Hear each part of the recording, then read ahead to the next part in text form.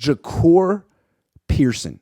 Okay. I'd never heard of this guy. Okay, let me just tell you my experience with Jahcour Pearson. He was 82. Okay, he's 5'7". He's got a really long upper body and really short legs, and he has a big helmet on. I'm like, who is this guy on the field? Easily the most awkward looking player on the field. The guy who looks like he doesn't belong. And I'm thinking like, and then as soon as I think that 40-yard catch down the sideline, right? It's like, how did you? First of all, he's hella fast. Then he does it again on a 20-yard crossing route.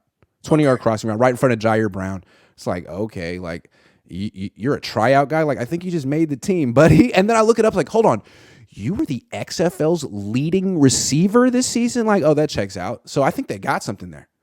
Yeah. So he's a journeyman, and all these kids are journeymen. That's why you just love football, right? You know, everybody's got a story.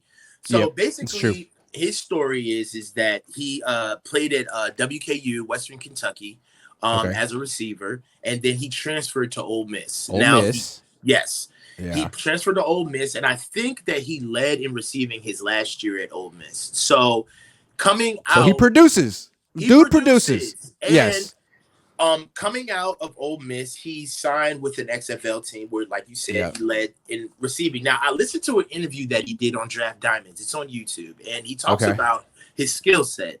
And for his size, being 5'7", his skill set is outside. He wins on the outside. Now, I don't necessarily know that he's a deep threat. He says that he is. He was yesterday. He was yesterday.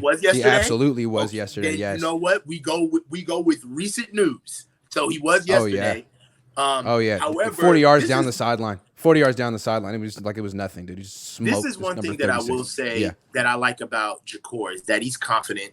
And this is somebody who is gonna pop in the atmosphere like today because he's played. If you think about it, he's actually played pro ball. He played XFL ball. So that's right. I love players like that. I love players like that. You know, talk about driven. You don't got to guess about this guy. Yes, he's freaking driven. Yes. And I actually tapped on a guy that a former player that I coached, who played against him in the XFL, and he said he's legit. He said that he's not. He will play. He wants the ball, and he's a gamer. So this kid, he's played more pro ball than anybody in that camp that was at practice yesterday. One thing that also he touts as a really good attribute is his return ability and his versatility for special teams. So he's talked about being a gunner, returning kicks, returning punts, blocking punts, throwing touchdowns. He's kind of a do-it-all guy, and you could tell that he knows what his frame is, and he's trying to play outside this frame. So another guy. Let's see. I got a comp for him. Do it. Taylor Gabriel. Okay. Taylor Gabriel was an undrafted free agent out of Abilene Christian. Well, I don't even know where that is. In 2014, Kyle signed him in Cleveland. He was Kyle Shanahan's secret weapon, like the 5'7", 165-pound outside receiver that no other team wants. But it's like, why do you not want 4.3 speed on the outside? Like, if you know what to do with it, I thought Kyle used Taylor Gabriel really well, and that was the guy no one talked about on 2016 team. Like, yeah, they had all those guys, Julio Jones, but like Taylor Gabriel was. Hold on, let me give you his numbers that year. 2016, he had 35 catches, averaged 16.5 yards per catch, and 6 touchdowns. Like, he was a killer third option. Well, killer third option. Kyle always has that ancillary, like that fringe gadget guy on his team. Ray McLeod, Trent Cole. You know, so I feel like Trent Taylor. I'm so sorry. Trent Taylor. If there was a comp for him in this offense, it would be that. It would be bubble screens, slip screens, quick in fades, quick beaters. Spacing concepts, you know, something where he's small enough to catch the ball in between the hashes, but not big enough to actually be a target. Somebody with respect, pesky.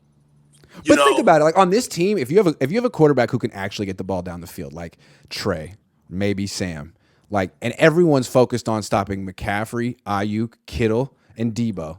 and you got a guy out there who runs 4.3, man, you forget about him one time, that's a touchdown. That's the game. It's nice to have a fifth option who's that explosive. Love it. I feel like this guy has. I mean, there's a path for him to do something on this team.